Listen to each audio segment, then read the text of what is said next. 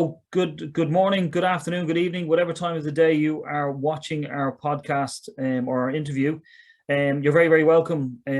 Our business owner spotlight series gives us the opportunity to talk to business owners across the country to tell us about their business, about themselves, what challenges they've had and what's inspiring them at the minute. So I'm delighted to welcome Fergal O'Connor from BuyMedia. So Fergal, you're very welcome. Thanks, Des. So look, I'm going to hand over to you, Fergal, to tell us a little bit about yourself and your business. So over to you. Yeah, so I suppose first thing is what we do. So I was looking a bit at the kind of the action coach goals and the alignment and the things that you try to do for SMEs, and actually what you try to do and what we try to do is very similar. So the action coach, I think goals are help SMEs to grow. And one of the first things I saw on your own website was how do you grow your business today and how do you drive your sales with proven strategies and tools? And basically that's very similar to what BuyMedia does. Now we're obviously niched in the area of advertising and marketing, but it's the same effect that we're trying to get for small, medium enterprises. So basically we look at a small, medium enterprise and we look at how can we help that small, medium enterprise to grow more efficiently through better advertising or marketing in their business. And so just to give a little bit of context and a little bit of background, I've worked in the SME marketplace for probably about over 25 years, unfortunately for my sins. And what I discovered is these businesses, they really needed help to promote their products and services, but there was huge problems. I saw a huge amount of really, really good businesses who were wasting a huge amount of money on their advertising spend by just making bad choices. And the bad choices weren't their fault. It was just that the tools and the data weren't available to those businesses to be able to make better decisions. So me and my kind of maybe naivety said, I can solve this problem. So I'm good. That's what I'm going to do. So I'm going to set about solving this problem for SME businesses to try and get them more effective advertising. And so that's what we did in 2015. Myself and a group of motley crew got together and we said, our mission is we're going to try and help these businesses to grow through more effective advertising. And I suppose through that journey over the last kind of 6 years, it's turned from what we initially thought would be more of a consultancy type businesses into a software business.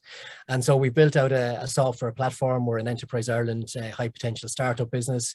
And the software basically allows businesses to create an ideal customer profile. So who are you trying to target in your business? It matches that profile against the right advertising choices in Ireland or the UK or wherever they're trying to target.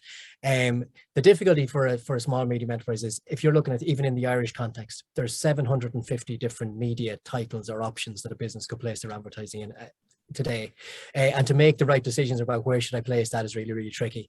And really the only way around that is through data. And so we've built out this media mapping tool that basically takes that profile, maps it against both traditional and digital advertising. And then the next step of our process is, so we looked again at the problem initially was the planning, the purchasing, the management and the measurement for these small medium enterprise businesses.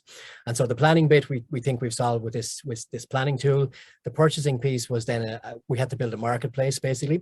So again, if you want to buy from these 750 advertiser or media options in Ireland at the moment, you have to go to each of those 750 media companies, actually call them up, send them an email, get a proposal sent out. Again, really manual, time-consuming process. So we built a marketplace that then connects the ideal customer profile and your media plan with these media options, so you can actually buy it on the platform itself, and makes it really easy, straightforward, and efficient to do it.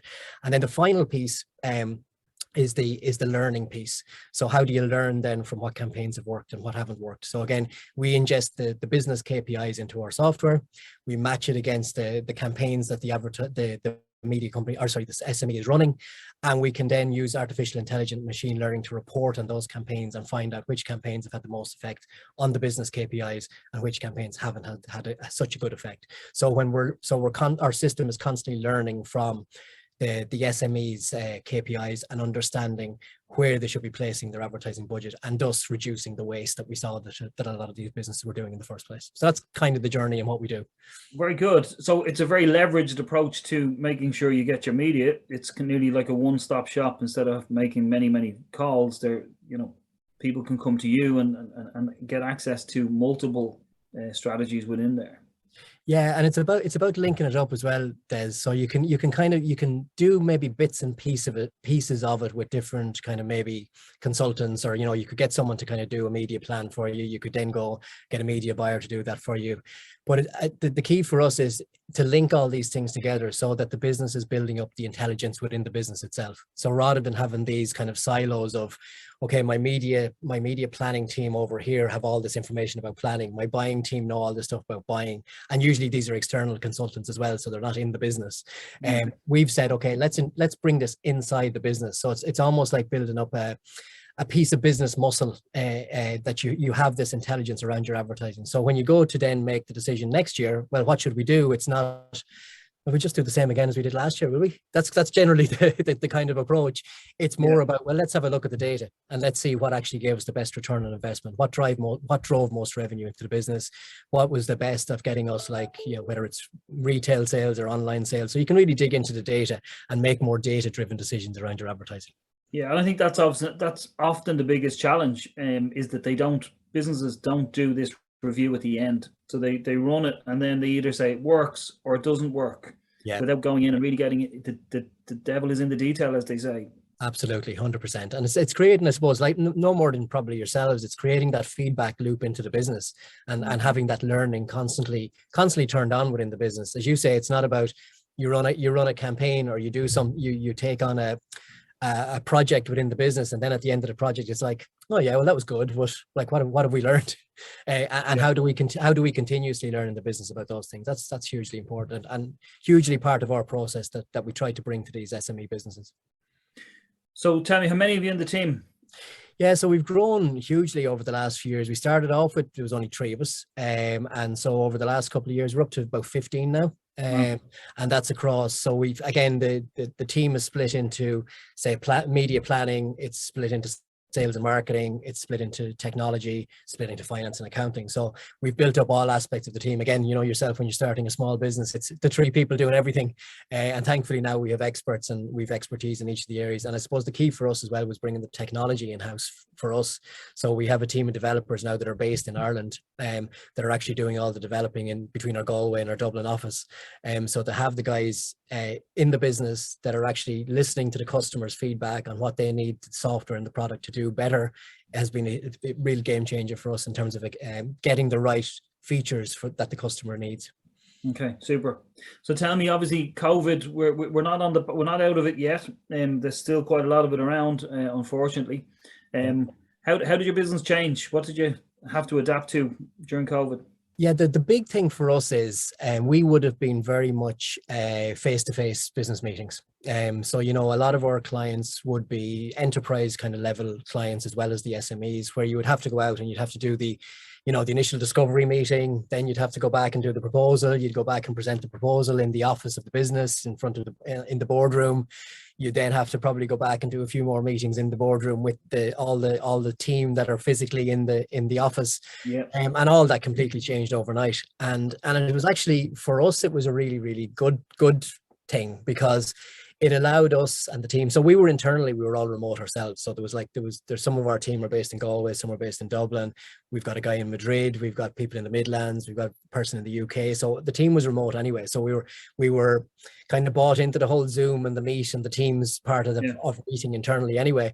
But what we found the big shift was in the customer. So no longer could the customer have those face-to-face boardroom meetings with us, and so they switched to doing remote meetings, and they switched to signing off on orders over a video meeting, and they switched to doing business over video, and that was the big shift for us. It was, and as I say, it was a good thing, because it allowed us to actually engage with more potential advertisers and clients and businesses. It allowed us to speed up our own processes, because we didn't have to do the big 2.5-hour drive over to do a meeting and 2.5-hour drive back from the meeting. So it sped up all our processes. So that's one thing that was a huge shift and a huge change, and was really, really a positive thing for us. And the things that will probably stay with us from COVID is the communications piece internally. So again, we kind of made the decision that we should be over communicating with each other internally in the team, because before COVID hit, you'd kind of have the casual chats, meeting in the office or whatever, or you go for a cup of coffee with the team or whatever.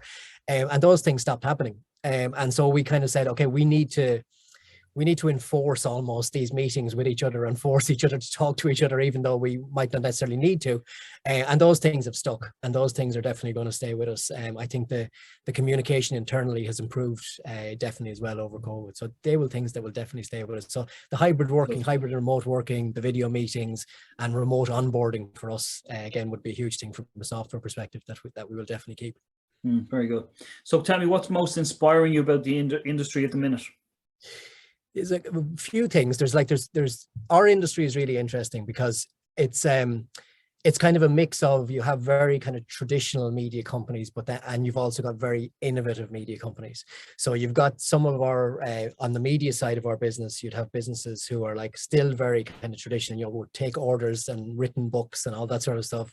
And you've got other businesses who are like, do programmatic advertising, and you say programmatic TV advertising to people who don't even know what it is. So you have people that are doing really, really cool stuff around being able to target specific audiences through TV in different regions by different demographics, and stuff that's like, you look at it and go, oh my God, the technology that's gone into this to create this is unbelievable. So that's really inspiring, just the changes and the dynamic nature of the industry that we work in, and the ability to bring all these ideas then to the small, medium enterprises to say, did you know that this is available to you to do?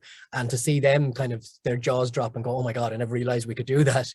So that's really inspiring. Obviously, internally, from a kind of a selfish perspective, the stuff that our tech team are doing to kind of create this platform and almost disrupt this industry is hugely inspiring for me as well, to see the progress that they've made with the product and the software that they're developing themselves, and all the artificial intelligence and machine learning that they're built into it, and all the cool stuff that we can do in our old software. That's really inspiring.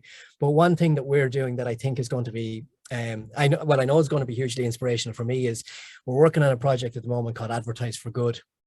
And basically what that means is we're going to try and filter some of the funds that come through our platform into good causes. So we're looking at, we're talking at the moment to look at local, regional, national and international charities about how can we create almost like a platform within our platform, that if an advertiser is coming through the system, that we can, and it's from our side, not from the advertiser side, but that we can donate a certain percentage of the revenue that comes through from our earnings to some of these charities.